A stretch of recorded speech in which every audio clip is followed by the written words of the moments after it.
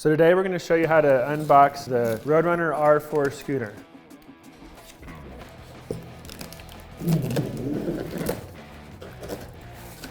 You're going to see that the scooter comes with an owner's manual, a tightening tool with Allen wrenches so you can tighten all the handlebars, and it comes with one charger in the box.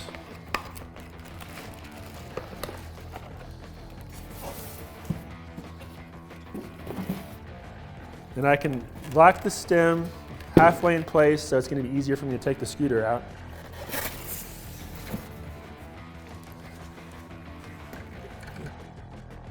To place the handlebar on, I'm going to need to unscrew the handlebar bracket. So once you take the bracket off, you're going to take the handlebar and place it in the empty part of the bracket.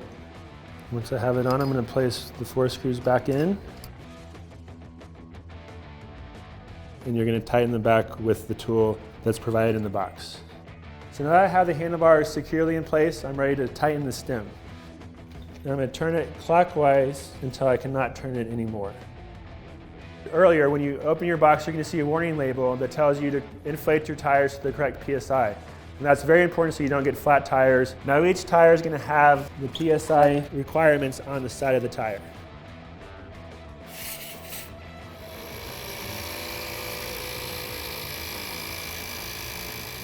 So the keys are going to be attached to the back of the LCD on one of the wires.